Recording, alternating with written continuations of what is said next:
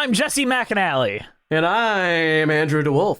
And I'm Brianna Jones. And welcome to Musicals with Cheese, a podcast where I try to get Andrew and Brie to like musical theater. My God, you guys. You know what month it is? Well, it's April? It's June, which means it's Pride Month. He said Mapril? Yeah, we Lousy don't totally March film. weather. We do not totally record our episodes much further in advance. Yes, this is our first episode in Pride Month. It's not completely related because the schedules are badly planned. So here's a bad joke. But it is a part of Pride Month because it's about a lion pride. Happy Pride Month! Yeah, And, you know, like Simba was raised by 2 dads. 3 dads if you count Mufasa. It's a real full house situation. What? The Timon and Pumbaa situation, I can't deny. There's something prideful going on there. So happy Pride Month, guys! This week, we're talking about The Lion King on Broadway. Cue the music, Brie. Hakuna Matata. What a wonderful phrase. Hakuna Matata. Ain't no passing craze. It means no worries for the rest of your days. It's our problem-free philosophy. Hakuna Matata. So this is actually a Patreon request by a new high-tier patron called Mitchell DeYoung. So thank you, Mitchell, for the donation and the request. They just wanted anything from this Tony season, and I picked Lion King because I thought it would get the most downloads. And boy, are you correct on that one. But The Lion King is a musical with music by Elton John, Le Bohème, Mark Mancina, Jay Rifkin, Hans Zimmer, Julie Taymor, and Robert Elhai, and lyrics by Tim Rice. Based on a book by Roger Ehlers and Irene Mecci. It is based on The Lion King by Walt Disney Animation Studios. The musical debuted July 8th, 1997 at the Minneapolis, Minnesota at the Orpheum Theater and was successful before premiering on Broadway at the New Amsterdam Theater on October 15th, 1997 in previews, with the official opening on November 13th, 1997. Now, I'm going to stop here because fuck it, I'll put it wait until later. It is literally the most profitable thing that Disney has ever made. It is like beyond Avengers Endgame, Avatar, all that. It is the most profitable thing like ever made. How much money did it make? $8.1 billion as of 2017. That's billion with a B. Not even counting the last couple seasons. Yeah, so it's been a big thing. But The Lion King is about a young boy named Simba who is destined to be king and has an evil uncle named Scar who murders his father. Then he goes out on his own and is raised by two men who love each other very much and raise him to be a really good young man. And then he has to return home and be the king he was meant to be after learning a bunch of lessons. So we all know what Lion King is about. But a lot of us don't quite understand the Broadway show. And Andrew, you just watched it recently. Have you ever seen the live version? No, I haven't. All right. So now I have. I usually have a rule on this show that if we are going to talk about a Disney stage musical, we're going to basically use it for meme factor. Like Tangled, the Disney show, or like Frozen on the Disneyland version. This one's got a bit more prestige, I feel like. This is, I call it baby's first theater, because this is proper theater and theatrical tactics used. And it just happens to be used for a Disney movie. Yeah. I will say it's very accurate to the movie, as far as I remember. We're going to have a conversation about that, but let's talk about the movie for a bit. What did you think about the original 94 movie? I thought it was really good. I mean, it came out the year before I was born, so I grew up with it the whole time, you know? I was a little babby, I was watching it, you know, being indoctrinated into monarchism from the start, you know? But yeah, I mean, that's what most people feel like. It's well made. Elton John's got some good music, and whoever else was in it, I don't know. James Earl Jones, yeah, he knocked it out the park. Brie, looks what like do you a lot think of people wrote music for this. So. I literally thought you were about to say James Gordon. I was like, no, but Oh, he's gonna Yes, Simba, you have to remember who I am. he's played a cat, but not that cat. Busterford Jones is his name. Don't put respect that's on true. that name. what did I think? Respect.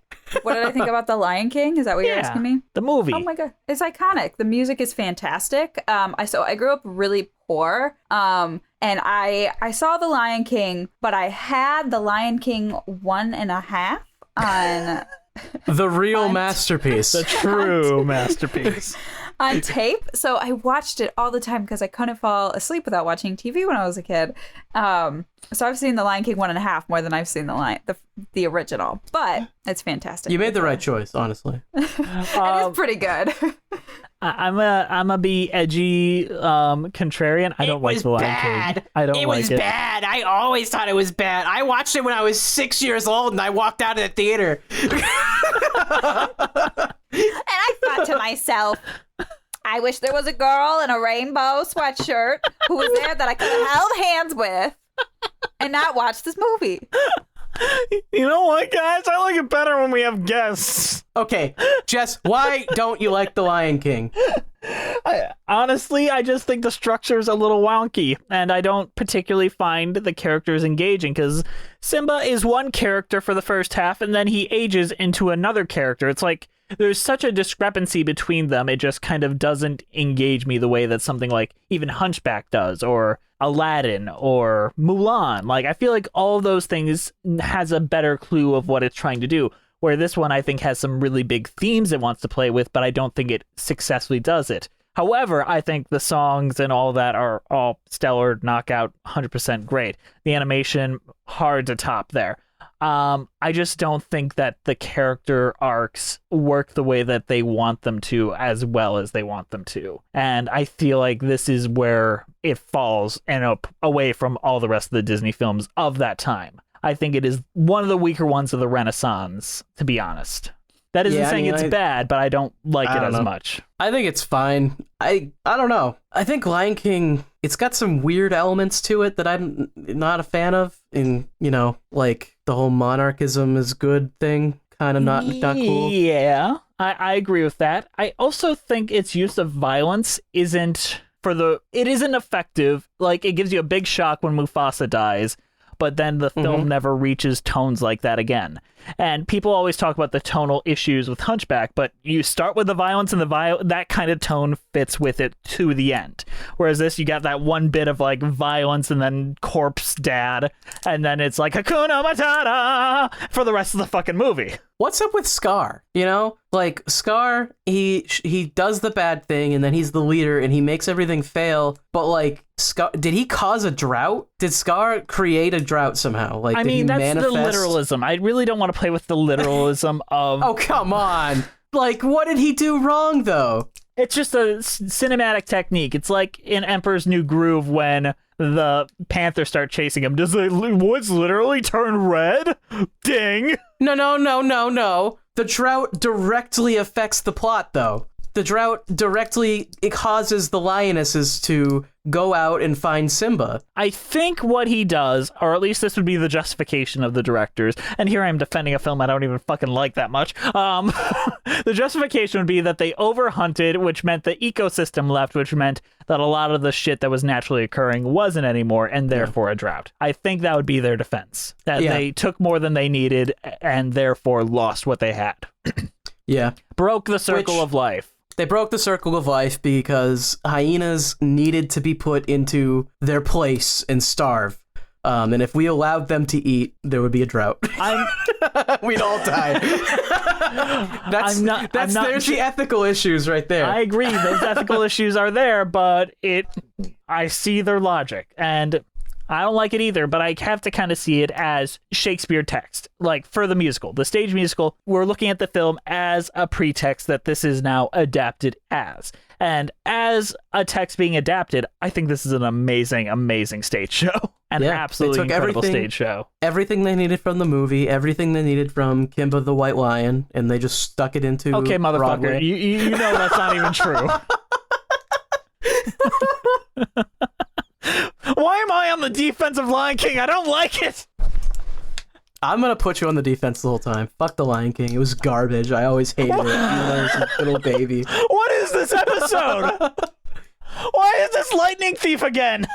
All right, no, okay. So let's just talk about the Broadway. No one cares about the movie. Everyone likes the movie except Jess. So It's because Jess probably watched it like last week, whereas when was the last time you saw Lion King, Andrew? it's like 2 years ago, maybe. Oh. Well, Not that long ago. then my point is not valid. I was going to say he saw it as an adult, so he has. I saw it as a mind. child, and I will say I liked it as a child because you like everything as a yeah. child. And I haven't watched it since I was a child. yeah. You And don't I like everything as a child. That's not true. That is not true. I watched this one movie where like a kid got eaten by a horse that had spiders in its stomach, and I straight up had nightmares for like weeks, and I did not Maybe like you it. shouldn't be watching that shit. You ever thought forget about what- that? Spider-Man 2 scared the hell out of me. Spider-Man 2 is a masterpiece. Scared the hell out of me. I watched the whole trilogy. You know, I watched 2 and 3, and that was it. I did not watch the first one. But they are masterpieces. They are classic. They're pretty good. Why are we talking about the Lion King? Why can't we talk about Spider-Man 3? Hold up.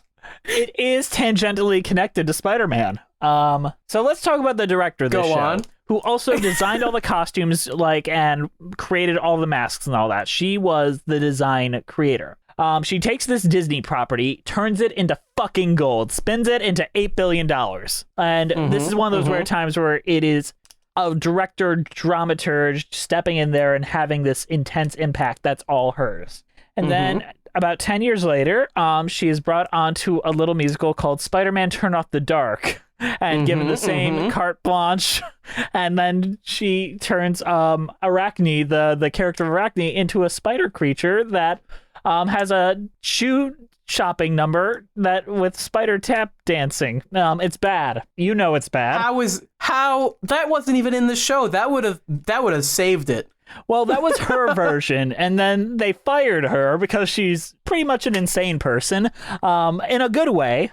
But Okay. and then they replaced her with like generic, Universal Spider-Man, he's gonna save the day. Look at him swing around. Okay, the Broadway Lion King is the movie with really cool costumes and puppets. The thing is, we're gonna talk about that, but that is accurate. But let's think about not exactly what this does yet, apart from what it doesn't do. Let's compare this to, say, Frozen on Broadway, where they have to restructure it, add about an hour of length onto the movie, change everything so that it is literal representation. Instead of just a reindeer being in a movie, they have to make a literal reindeer on stage. They have to make these characters as literal interpretations as they can be on stage. And it's bad. It doesn't work at all. Yeah. Because literalism in theater is like, you're missing the fucking point. Yeah. And whereas with this, she was very much like, you know what? You'll get it if you've seen the movie. If we just put a mask on their heads,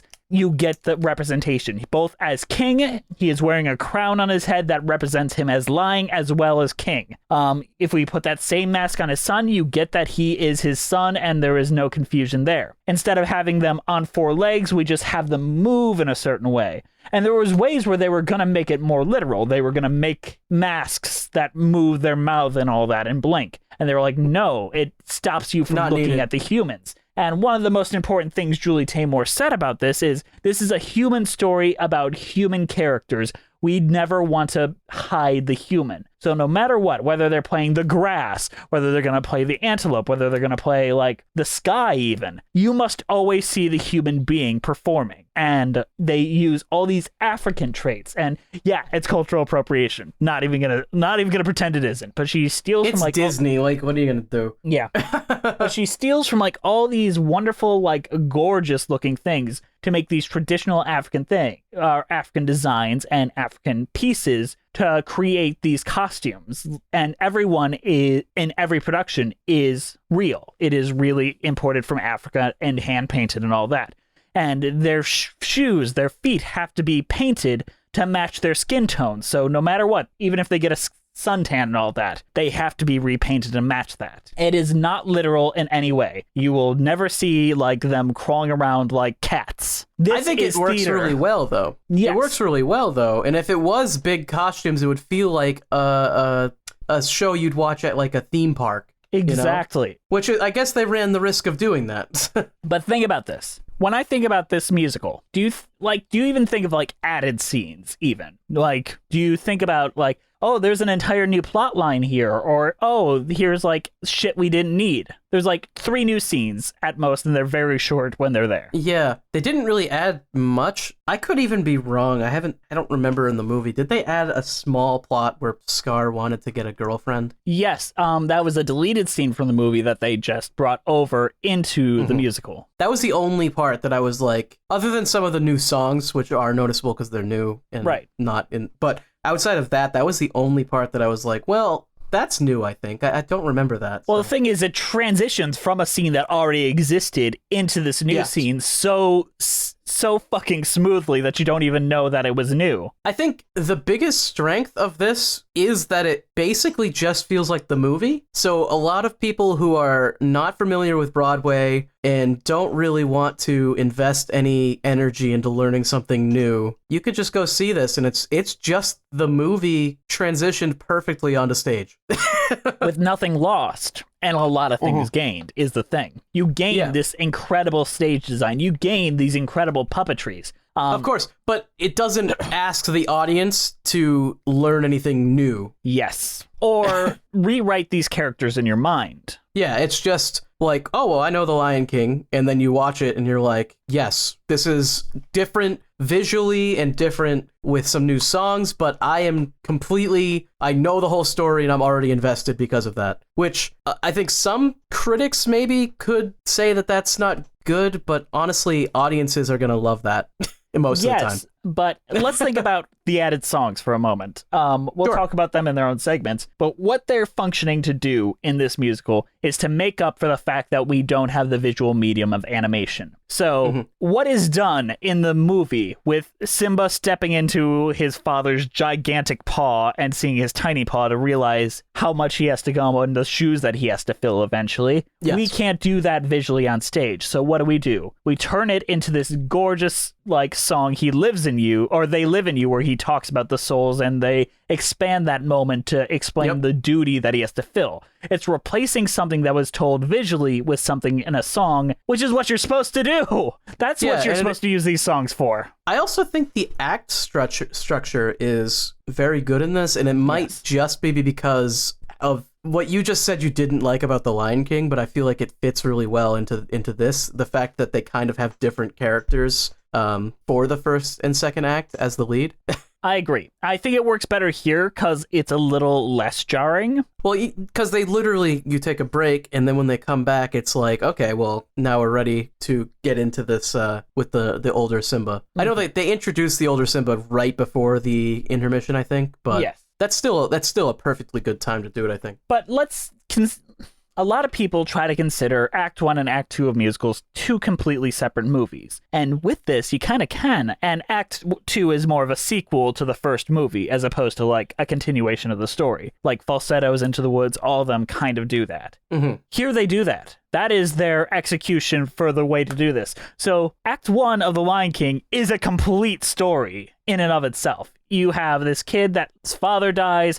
His uncle sends him off to be, like, thinking he's murdered, and he hides out and lives his life away with these 2 awesome stoner dudes that adopt him as their son. It's like he has his own character arc where he kind of learns to just accept living out somewhere else and just chilling. You know? I think the arc is like, being king is so much of a responsibility that I don't want. That sounds terrifying now. It's not like a good character arc. No, but it is an arc. And like for something that's set up to be like a Marvel Cinematic Universe style story where you have the arc going across 20 different movies, but you also have individual arcs within those movies. Let's frame it like that. And then Act 2 is about that guy that's like, I don't want to be king and it's useless, having to return and learn like, yeah, but you got to stand up and take responsibility. two different arcs, two different stories, both executed perfectly here, where I think they're executed very badly in the movie because both time and the jarringness of like Matthew Broderick stepping in for Jonathan Taylor Thomas. Yeah, I don't think they're executed terribly in the movie, but they do have less time to do it. I don't know. A lot of what makes the Lion King movie good is the visuals. I agree. Really realistic. And the music. Yeah. I mean, let's talk a bit about the African songs and how they came up. I'm sure we'll break them down a little bit, but the scenes where it's just like, we're going to dance for a bit, we're going to show you grass and give you some like theatrical splendor for a bit, as opposed to like, let's focus on the plot, because you do need to set up your world in this way. And yeah, Circle of Life does it great, but there's literally an entire song about grass existing here, and they just dance and show you the African tribal dances of grass. And Act 2's opener is just this incredible lioness dance, one by one. Yeah, no, they have, I think it's a good way to add a bit of time and do some more visual elements with dancing to add these numbers. But they don't progress the story at all, but that's totally fine because every other song does, so. Yes. And because you know the story so well, because everyone's seen The Lion King, you're kind of like, ooh, I'm into this. I like this. Yeah. I know we don't like talking representation too much here because we are a bunch of honkies and like just being like, that's racist. This is good. I mean, we are what we are. Sorry to say that. But let's talk about the optics of this show really quick and how much it means to a lot of folks in, like, especially black people that watch this show. They see themselves being framed as royalty and being served, like all the servant characters are all white people, and there is not a single black person or a black body being used as a servant or a background player. They are all portraying like the main people. And the folks like Zazu, the butler, and like all Timon and Pumbaa, the like kind of renegades. There's no negative black and African stereotypes in this, and just that choice, especially when you have like Jonathan Taylor Thomas and Matthew Broderick in the movie, it is a moving thing to see, and it is something you see very, very rarely. Yeah, I mean, I have no issues with it, obviously. I think that it's good, and it's definitely a good thing they did it here, especially with all of the, like, African culture that they try to implement. You know, to do that and then have a show that's entirely white would be not good optically, obviously. No. Do you feel that the Elton John pop songs mesh badly with the, like, Le Bohème African dancing numbers? No. And I think the reason that I don't is just because that's part of what The Lion King is, and I don't think that you can separate it, so I kind of feel like it has to be there. I agree and disagree, but the thing is, they add so many songs that are easily my favorite Lion King song ever written into this musical that I'm like, oh, another Elton John one, ugh. I don't know, the Elton John ones are not bad, though. They're not bad. But like things like He Lives in You and Endless Night and Shadowland and all of that stuff really just makes Can You Feel the Love Tonight be like, oh, pop song, gross. Yeah, but come on. You gotta sell this thing. Everyone's there for Can You Feel the Love Tonight. I get you. I feel like I've been talking Jess. Your ear off. What do you have to say, Andrew? What do I have to say? I don't know. I thought it was fine. Honestly, my biggest problem, if you can even call it one, with the whole thing is that I felt like I didn't gain anything from this. I feel like I just watched the movie again. And I guess that is really good because that's what they were going for, but I've also seen this movie so many times. I kind of wish they did more things different. I think that's a lot to do with the fact that you watched a bootleg and just the way we have to do this show at the moment. Oh, yeah. I'm sure live it would be phenomenal. Because once you have like the animals like coming down and shoving things in your faces, going down the aisles and interacting with you during Circle of Life. Yeah. I know Brent says that just watching that Tony's performance makes him cry. Yeah, I think seeing it live obviously would be way better, but having watched a bootleg of it just on a screen, it's like, you know, I appreciate the different visuals, but it's not animated. It's not animation, you know, and I didn't feel like I gained that much else. Though the Stampede thing was so creative how they did that. That was incredible. And like the Like- dancing way that they brought it. This is like the one time where dancing is super effective in every time they implement it. I was wondering how they were going to do the Stampede, and I was mostly just expecting like a crappy projection, like Prince of Egypt style. Not at all, though. Holy crap, they do it so well. Like the spinning like background, like I don't know, and then they come up out of the and there's people with the costumes in front of. Oh man, it's so good. That's phenomenal. And there's a lot of moments like that. The fact that they just don't go literal with it, they go theatrical. And this is, maybe you'll disagree with me, this is the closest thing to a live animated movie there could ever be. Well, yeah, because I mean, you can't animate live. I'm just saying, this is the Necessarily. closest way to like the stylization of animation brought to a stage. Yeah, I don't know if it could ever really be done better, just because I don't really know who else is going to ever have the budget to do this. Like, it's obvious how much money is dumped into this show. Like, most Broadway shows, well, not most Broadway shows, but a lot of Broadway shows that we watch are like, you know, they've got 5 cubes on the stage and then like 5 people in costumes, or they got like a couple chairs, and it's like, okay, this is like everyone is in these elaborate outfits. There's like 40 people in different outfits in every single scene. There's a whole backdrop for every scene that's like completely moving or animated in some way. It's like, how much money did they spend to make this thing? Fun fact, it's not a different background. They just change the lighting and add a different puppet element every time. Well, there you go. But It's it's incredible though. But it seems like they have put so much budget into this, which, you know, I mean, it's props to Disney for having so much money, but Well, they weren't quite the phenomenon they are now. But let's talk about their marketing and what they did. So have I ever told you the history of Times Square and Disney and how the reason why no. Times Square is what it is, which is like this marketing corner where everyone goes, is because of Disney. I don't doubt it. I mean, Disney has created a lot of stuff marketing wise. So what had happened was, so back in the olden days, let's say the late 80s, early 90s, downtown, like New York, like Times Square was basically where you buy your porn, and there also happened to be Broadway theaters there. Like right next door to every Broadway theater, there was a porn shop, and there was like, you were going to get mugged if you stayed there way too late. If you were there past midnight to get dinner, you're going to get mugged no matter what. Just remember what Disney took from you. Yeah. So Michael Eisner comes down and he's like, you know, we want to start putting our Disney movies on stage, Mayor of New York. But I don't think any parents would want to take their kids here. I wouldn't, I'll tell you that. And they were like, all right, what do you say we do? And Disney's like, we're going to buy 3 Broadway theaters. The New Amsterdam, I think, was the first one they bought, which is where this premiered. It was this shitty, rundown, disgusting theater that they just bought and then over a course of a few years renovated and made pretty. That's where Hercules had its premiere because they were prepping for the next Broadway show and they had it ready and Lion King wasn't quite ready to fill it. So Hercules premiered there. Beauty and the Beast, I believe, also premiered, was the first Broadway show but didn't premiere there.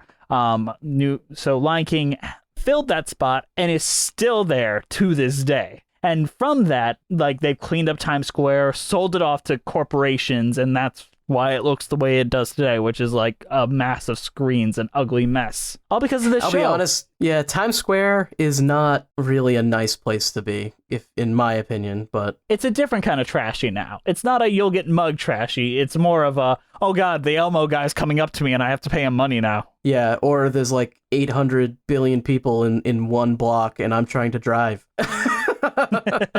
Yeah, driving in Times Square is a fucking shit show. Don't do it. Worst thing I've ever done. Literally, I'm surprised I didn't like pop a blood vessel or something trying to do it.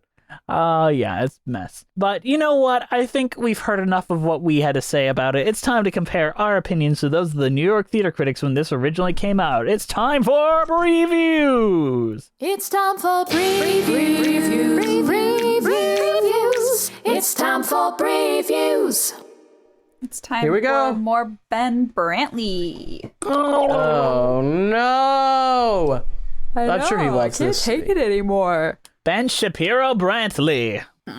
Okay. All right. So, New York Times, Ben Brantley said of the 1997 production, "Suddenly, you're 4 years old again, and you've been taken to the circus for the first time. You can only marvel at the exotic procession of animals before you, the giraffes and the elephants and the hippopotamuses, and all those birds in balletic flight. Moreover, these are not the weary-looking beasts in plumes and spangles that usually plod their way through the urban circuses, but what might be described as their platonic equivalents. Creatures of air and light, and even a touch of divinity. Such is the transporting magic wrought by the opening 10 minutes of The Lion King, the director Julie Taymor's staged version of the Midas Touch cartoon movie that has generated millions for Walt Disney's company. And the ways in which Miss Taymor translate the film's opening musical number, Circle of Life, where an animal kingdom of African plains gather to pay homage to its leonine ruler and his newly born heir, is filled with astonishment and promise. Still, The Lion King remains an important work in a way that Beauty and the Beast simply is not. Miss Taymor has introduced a whole new vocabulary of images to the Broadway blockbuster, and you're unlikely to forget such sights as the face of Simba's dead father forming itself into an astral mask among the stars. There will inevitably be langueurs for both adults and children who attend this show, but it offers a refreshing and more sophisticated alternative to the standard panoply of special effects that dominate most tourist-orientated shows today. Seen purely as a visual tapestry, there is simply nothing else like it." Ben Brantley hit it right on the head for once. He's had accurate reviews before. It seems like if he likes something, he's willing to be accurate. But if he even has a mild distaste, he's not willing to be good faith with it. You think Disney paid him for it? No, because Aida came out like a year or two later, and he was not kind to that. Well, I have to agree with him here, though. I mean, yeah. I mean, especially compared to Beauty and the Beast, which was all you had to compare it to at the time. This is a much more artistically intriguing production. Has it lost some of the art by the fact that it's been being put on for so long simply to get more and more billions for the Disney company? That is a question that I have thought about myself. So I've seen this show twice live. Once when I was very young, and it was like fucking astonishing to me. Like, oh my god, you can do this? This is like your vaguely theatrical way of doing like these concrete images. Like, it blew my mind as a kid. I saw it more recently within the last like 3 years, and I was like, this is fine. It did not touch me. It did not blow me to the back of the theater. I'm like, this is all right. Well, I mean, it's the movie done really well. But I remember the dancing and like the puppetry like throwing me to the back of the wall when I was a kid, and then it was like, oh, it's puppets. Yeah, I mean, I think it's really well done. I'm sure if I saw this live, I'd be very, very impressed. And I don't think there's any way you could possibly do this better. No. But at the same time, it's like, when are you going to stop putting this on, you know? Like, how long has it been in that one theater? It's been like 20 years now, right? Yeah, over 20 years. Like, most shows don't even go for a full year. Disney has the money. I know they have the money and they're making money, but it's like, it almost feels like it loses some of the art. You know, it's like, yeah, it's been 20 years. You're still doing the same thing. But remember what Grace said in our Spring Awakening episode? Newsies was a surprisingly very popular, very well received, selling out show that they closed to put Aladdin in there because they didn't want more than 3 shows of theirs on Broadway at the same time. They won't close Lion King, though. Yes. Even though it's been on for 20 years. I think they should force some scarcity on it, close it down, make people miss it a bit. It's actually surprising, because isn't Disney the company that literally created like the Disney Vault, where they would artificially create scarcity in their own films by not selling them for certain periods of time? Like, and yet you're going to allow this show to just be there always for 20 years straight? $8.1 billion. I think like deep down, though, they know that any show that they look to replace this with will never be as good. That's kind of the thing. There's nothing. Hunchback, maybe, if they had put the money into it. They're not willing to do that anymore, No. though. The money's already been put into this. Let's talk about the big old elephant in the room. Briefly, but I don't really want to focus on this, but it's worth talking about. In 2019, they remade the Lion King film as a live action-ish animated film. Oh, God. You actually said that quote from, what was her name? Julie Taymor? Where she said, like, you have to be able to see the actors, you have to be able to see. And I was just thinking about, like, if only they had thought of that when they remade The Lion King. I was gonna bring this up specifically, like, they missed the mark every step of... Imagine how much more money they would have made if they had just released a filmed version of their Broadway show into movie theaters. Imagine how big Even that just would have onto been. Disney Plus, like they did with Hamilton.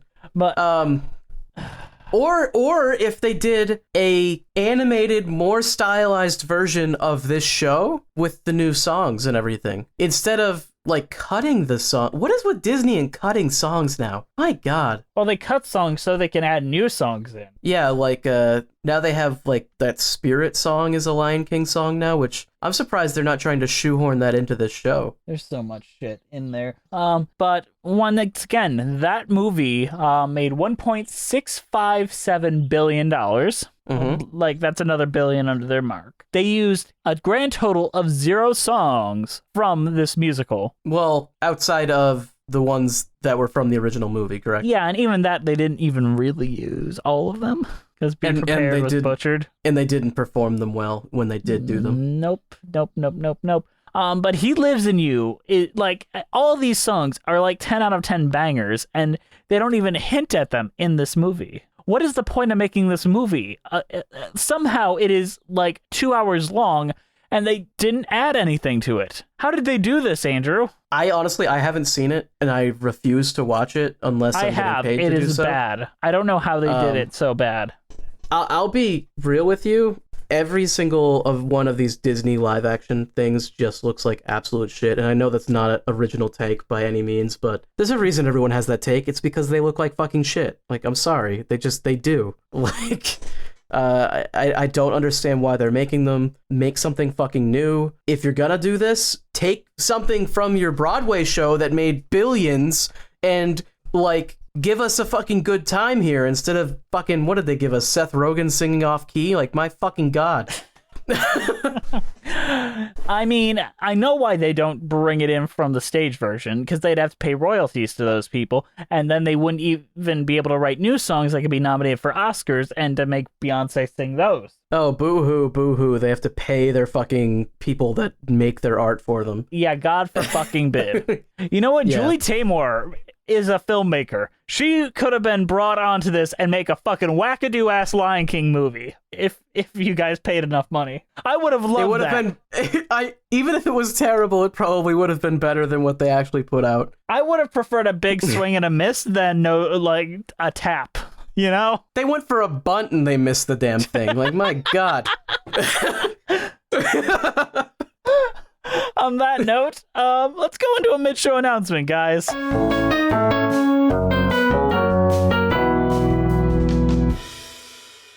Hey guys, today's show is brought to you by the extremely kind donations by our donors over at Patreon. Andrew, what's Patreon? Patreon is where you can go if you'd like to give us a little bit of money and get some perks. We got, commentaries, we got trailer reactions. There's a lot of trailers coming out, a lot of good stuff. I don't know, what else do we have? Like, there's just a bunch of shit. You get our video, you can see our faces. Bree's dancing right now. It's incredible. Like, Bree oh my God.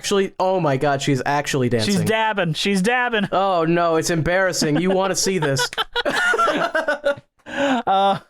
Also, like, you get first word on a bunch of stuff. Right now, you will get the full Mamma Mia live stream that just happened last week. You will see, like, we're recording it before we've even had that experience. We could be throwing up on camera for all we know. We're probably throwing up on camera. Honestly, it is so hot where I am that I'm likely dead right now. I'm Bree dead. and I will be outdoors doing it, and we will be drinking, like, actual mixed drinks, not just beer, so... If I throw up on camera, just take my body and put it in the ground. Like, that's it for me. Like, rest in peace, Brianna. It'll be It's too fun. late. We're 2 Mamma It's Mia already movies, happened. It's 4 already hours. happened. So Brie might be dead right now.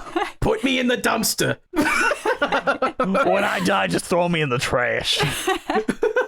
All right, who are our patrons, Jess? Our current patrons are Melissa Goldman, Terry Needleman, John Donna, Leighton Ackles, Danielle Renix, Jess the Stampede, Ewan Cassidy, Taskier, Fire September, Monica Thoreau, Mina Maniri, Brent Black, Haley Murray, B-Way Flicks, Nathaniel Stacy Coombe, Joseph Evans Green, Carrie Ahern, Christine Malmedel, Mary Lou Choquette, John Vanels, Heck You, I Go By Elijah Now, Russ Walker, Musical Hell, Emily Gracie, Andrew Van Barson, Tablam, Kyle Summers, Janae C., Christina Francis, Scoot and the Technicolor Dreamcoat, Liz Lim, Corey Wilmarth, Allison Steller, Nothing Is Certain Except Beth and Taxes, John Vanals, Thespian, Ren Cullen, Wait in the Wings, Spectacle Machine, Jacob Stroop, Rafael Martinez Salaz, Robert Benjamin, Rachel T, Jessica T, Genevieve Hartnett, Cass, Mitchell Young, thank you for the Patreon request, Mitchell Young, Chai Teacup, Hayden Wilder, Katie McDonough, Genki Geist, Dacus, Timothy Keys, Jeffrey Machado, Jacques, Ten Van Assen, Jesse Taylor, R. Elliott, Chris Marcotte, Alexandria Singh, and Katie Cherberg. They give us a little extra financial support that helps us keep the lights on here at Musicals with Cheese and pay for my throat surgery after reading that. If you would like to join them in supporting us and get tons of fun perks such as Patreon-only commentaries, our episodes a day earlier, and a bunch of other shit, come join us over at Patreon. All right, we ready to talk about some singing songs? Yeah.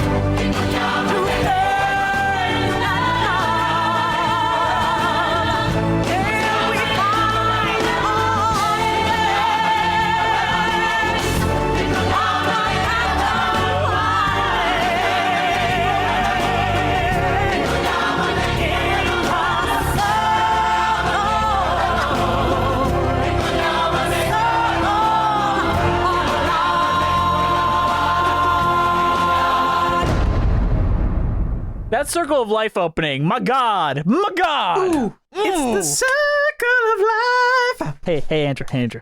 Oh, made you look. All right, rainbow cardigan. Yeah. That's so funny. The Circle of Life is a banger. Everyone knows that. They execute it perfectly, and yeah, I don't know what else to say. Faultlessly. I do want to talk a bit about like the theatrical tactics, like the sun rising. Every visual element you have from that movie is somehow represented here on stage. How the fuck did they do that? Perfectly. Like, it is astonishing how effortlessly they made that look. Like, you got the sun, you got the voice that blows you to the fucking back of the wall. If you're in the room with them and that first comes up, it's like so loud, so jarring, so incredible. Like, and then you just have these people going down the aisles that are touching you, like laughing with you. It's an experience. It is like as sad as it is, you never quite get to that high ever again. I kind of feel like that's the case in the movie too, though. Yeah. But Like, I mean, what's the last song in the movie? Can You Feel the Love Tonight versus Circle of Life? I mean, the last song in that movie is King of Pride Rock, where he's like, where he's like going up in the rain because of the drought. That is the first like last moment. It's like, oh, can't breathe. Yeah, Circle of Life is fantastic, and I mean, everyone knows that. Mm-hmm. And what's really astonishing is that it's executed just as well on stage, if not better, as it is in the movie. Yeah, and that is possibly one of the best animated sequences of all time. That is not just us being like, it's better, it's just as good. Yeah, no, like Circle of Life in the movie is phenomenal, and you are not disappointed when you see it in the stage show, which is impressive. Mm-hmm. I do want to talk about a slightly disappointing song, just because it feels like, like a throwaway song in the movie and in this show. And that's I Just Can't Wait to Be King, where they're like, it's whatever, you know what the song is. There's like colors and shit. Like, there is no fanfare. They just throw the kids on these little turkey things, and they're like, all right, that's the song. I'm gonna be a mighty mighty king, so enemies beware. I've never seen a king of beasts with quite so little hair. I'm gonna be the main event, like no king was before. I'm rushing up on looking down, I'm working on my Thus far, a rather uninspiring thing. Oh, I just can't wait to be king. I kind of hate to say it too, but I don't think the kids sang it that well in the one I watched. Yeah. I mean, they're kids. I don't want to be mean, but like, They're kids, come on, Andrew. they're kids, but like, I'm paying to watch this. You didn't, though. You Yar stole har. it. The guy that filmed it did. Arr! Arr, these kids, they be performing bad. Arr. My bootlegs deserve better than this. Arr. Bootlegger Bill wants better performances. Okay, someone's got to do art of Andrew as bootlegger Bill with his like bag full of fucking like bootleg Broadway shows. Yo ho, yo ho. I don't know. I've got nothing else. I mean, yeah. I think in the movie it's better because at least there's like the bright colors. It's like a music video almost. But Yeah, it's so it theatrical. really is. It really just doesn't hold up as well on stage because it's just kind of a weak song. I mean, Elton John songs, like, this is just like, like, he's just, like, muttering. Have you ever heard his, like, demo of it, where it's just, like, him at a piano, and he refuses to sing, like, the shitty lyrics that Tim Rice wrote, so he wrote his own, like, contemporary rock version. He's like, I'm gonna be a great man, I will be a good man. Of course. Bree, play Yeah. a clip of that. I'll send you a link.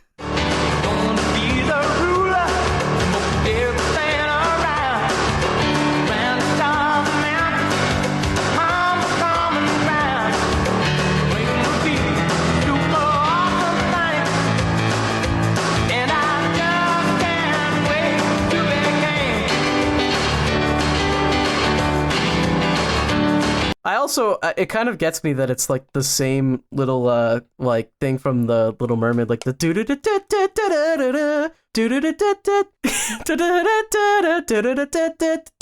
do. The seaweed just wants to be king. I don't know. I think it's fine, but it's not as good as some of the other stuff in here. Yes, let's talk about Be Prepared. Only because this is like one of the most iconic scenes in the movie, and this is another one where it's like they sum it up very well. It's not a badly done scene, but it's like could have done more goose stepping hyenas. So prepare for the chance of a lifetime. Be prepared for sensational news. A shining new era is tiptoeing nearer. And what do we meet? Just listen to teacher. I know it sounds sordid, but you'll be rewarded when at last I am given my dues.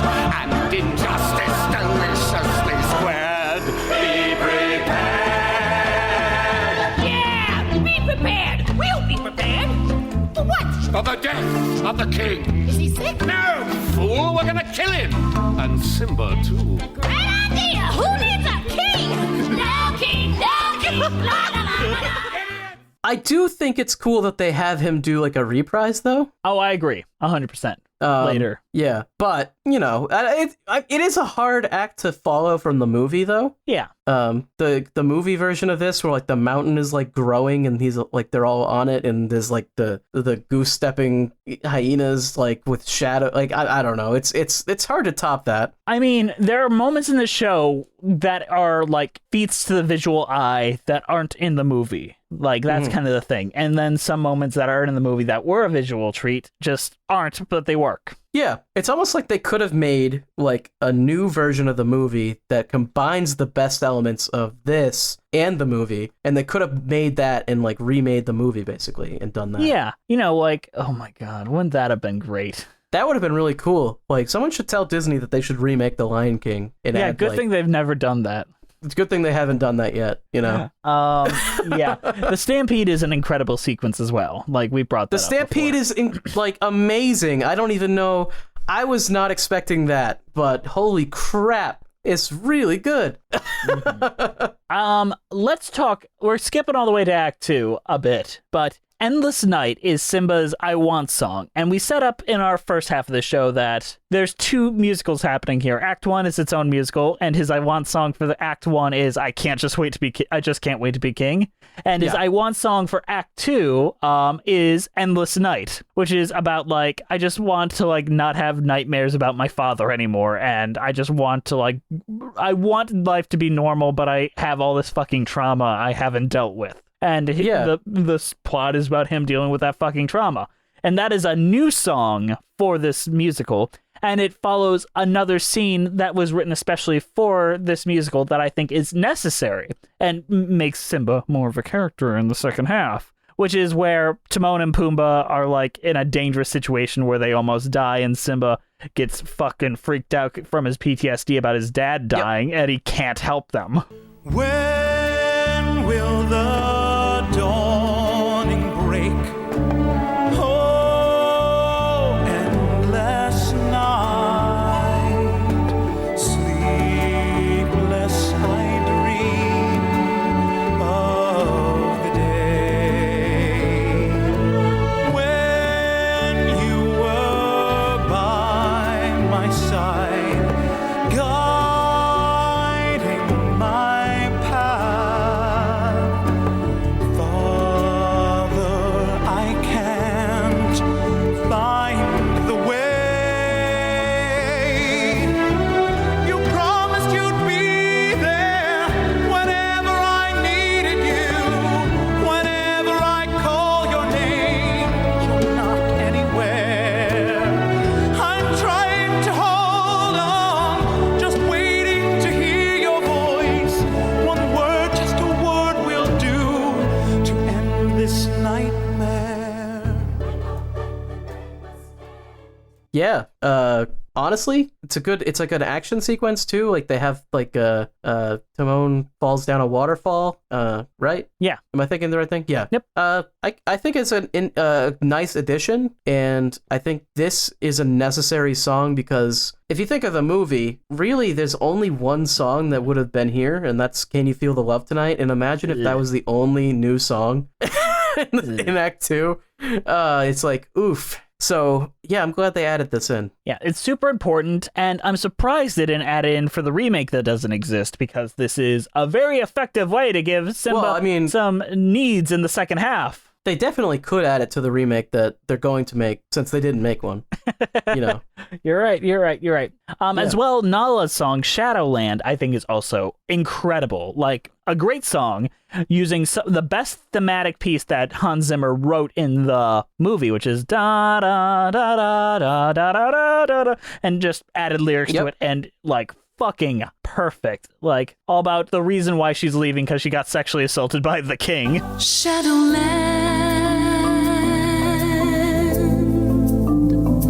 The leaves have fallen. This shadowed land. This was a home. The rivers dry. The ground has broken. So I must go. Now I must go. And where the journey may lead me, let your prayers be my guide.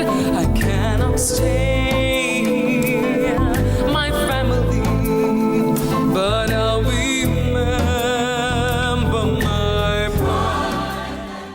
Yeah. Wouldn't it be really cool if like, and hear me out on this one. I'm hearing you. They got a singer to play Nala in, the remake that they may hypothetically make. Yeah. And then they gave her this song. It would have been great. Like, imagine like someone like Beyonce stepping in and like singing this song. And like Nala would have a song in the movie. Yeah, right? it would be really dumb if you remade it and then you just have this singer sing an unrelated song and play it as like just a song over a montage, you know? And it's not even like the character singing it. That would be ridiculous. Yeah, no, that would be really dumb. Why would you do that, in fact? I mean, I don't even know why we're talking about this, because obviously no one would ever do something like that. That would be terrible. All right, one more song we got to talk about. And that is He Lives in You, which is the best song. The 11 o'clock number, the scene where Mufasa comes down and is like, hey, you fucked up, kid. And like all these like ghostly figures come out. It starts with Rafiki just being like explaining like, no, you idiot. You weren't listening in the first act when they said these live in you. Literally, that you are representing them, you fucking idiot. And you know what would be dummy. This song builds so perfectly. You get how he feels at the end. It's much better than the way it's done in the movie, where it's just like, forget your past and whatever, and which is not a great lesson if you think about it. They live in you. They live in me. They're watching over everything we see. In every creature, in every star,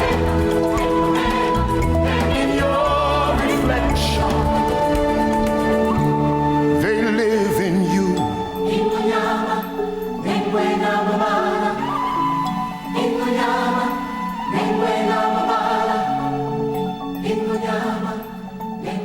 Yeah, well, I mean, the ethics of Lion King have never been phenomenal.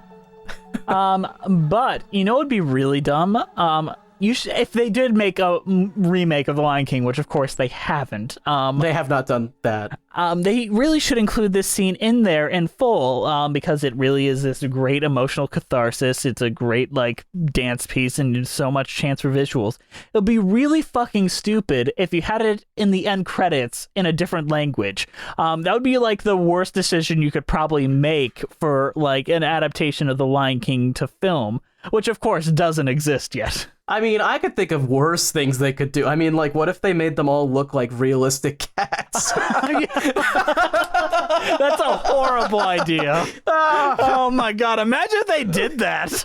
Oh man, that would be like terrible. And then like they hire Seth Rogen. Oh my god, at all? or the guy that yells at people in the street as like wouldn't that be such a mess? What a disaster. You know, it would be like even the worst choice, because we set up Mufasa as this great virile king who struck down in the in his prime, like young man, really feel like his intensity, like he was a great dad and a young fella. Oh yeah, it would be really bad if you just brought James Earl Jones back, who sounds like he's on his deathbed. Like that would be the worst choice you could possibly make for a remake. I mean, that would be a terrible choice. I mean, if you did that, you're just sitting the entire time thinking, like, he's got a week left at best. You might as well just push him off the cliff. I mean, honestly, I'm surprised he didn't just fall on his own.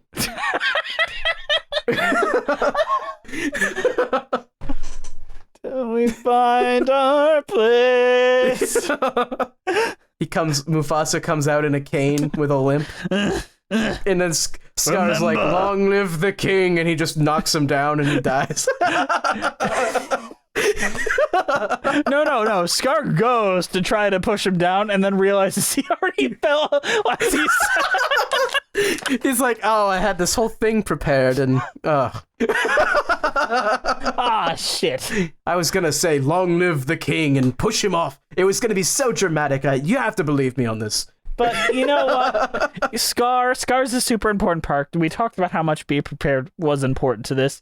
Imagine if they had just cut it out to nothing. Imagine if they had just cut that scene to barely Well, I anything. imagine they wouldn't be able to cut it out, because, I mean, if they tried to cut it out, there would probably be such a fan backlash that they'd have to add it back in some capacity. Yeah, like the last minute, and just kind of like make the actor like basically rap it because he's not a singer. He didn't sign up to sing. Yeah. So what We is live your in the overall worst thoughts? possible timeline. So what was your overall thoughts on The Lion King and your cheese rating? Yeah, the movie's good. The stage show's really good. I like the stuff they added, and the stuff that was already there, they, did really well. I don't know. This show has been on for like 20 fucking years and has made billions of dollars. What the fuck else am I gonna say about it? I mean, come on, it's fine, it's good. As a cheese rating, like, jeez. Lions don't eat cheese. Did we check that? Have you read the book? Have I read the book? Oh boy. What's a cheese that I liked as a kid that I still like now? That's kind of a good one. I'm gonna go with mozzarella, because that's like a tried and true classic cheese. Hell yeah! All right, Bree, what'd you think of our discussion? You guys lost me on that last little part. What? I have no idea what you were talking about. Oh. Well, I mean, we were hypothetically talking about if they had remade The Lion King, which they didn't, of course. So Very chaotic. You lost me. They never remade The Lion King. What are you talking about? Nope, never. I'm gonna give this Red Lion mustard and ale cheddar cheese. That's the cheese I'm gonna give it. But I do want to see the live performance of it if I ever get the opportunity, thanks to this discussion. It's a good show. 10 out of 10. That's great cheese. Oh, really? You knocked it out, Bree. Much better than Andrew's. Okay, you don't have to lie to me. What? I said you don't have to lie to me. That's fine. I don't like that attitude. Okay, get to your cheese rating. I want to make a quesadilla. Yeah, Lion King's good. It's a great show. Best version of The Lion King, because The Lion King isn't that great to begin with. My cheese rating is this thing called the Mufasa burger, the Mufasa cheeseburger. And my God, heart attack on a bun, right? oh boy. Are you trying to say that The Lion King will kill you? Yep. Look at all that cheese. Look at that. We got so much fucking cheese. 4 slices of Swiss cheese. My God. All right, that's my cheese rating. That's a good yikes cheese- for me, dog. I thought it was a good cheese rating. All right, well, I'm about to You don't have sweat to to lie to death, me. so I think we should wrap this up. You know who's definitely not going to sweat to death, Andrew? Hopefully me, because I'm going to turn this fan on in about 2 minutes. Oh, wonderful patrons. Thank you guys for listening. We're on iTunes, Spotify, Stitcher, Musicals with Cheese. We're on Twitter at Cheesy Musicals. We're on Patreon at Musicals with Cheese, Instagram Musicals with Cheese, YouTube page Musicals with Cheese. Check out our new wonderful YouTube videos made by Liz Eston. Thank you for doing that. Email us at musicaltheaterliz@gmail.com. Our title card is created by the amazing Jolene Casco. Go follow her on Instagram at Jolene Casco. Keeper of the Cheese is Juliet Antonio. Thank you, Juliet, for keeping up with that, because God knows I wasn't going. This show is produced by Brianna Jones. She's all right. Thank you to the Broadway Podcast Network for having us on the platform and not kicking us off yet. All right, Yay. you guys. Is there anything else you want to say? Bree's face. I'm Look at going me. to die. I'm looking at you. Look at me. Now look at you. Now look at me. I'm better. No, I'm just kidding. I'm better than know. all right. No, I'm just kidding. You are better than all right. The thing is, the 1 week I don't fucking kiss your ass, you get real offended. No, I'm not offended at all. Makes me excited for Mamma Mia. Hell yeah, it's gonna be a good. Yeah, go on Patreon. You can see our full 4-hour 2-movie event where we get fucking toasted so hard. Wasted. All right, you guys, we love you so much. We'll see you next time on Musicals with Cheese.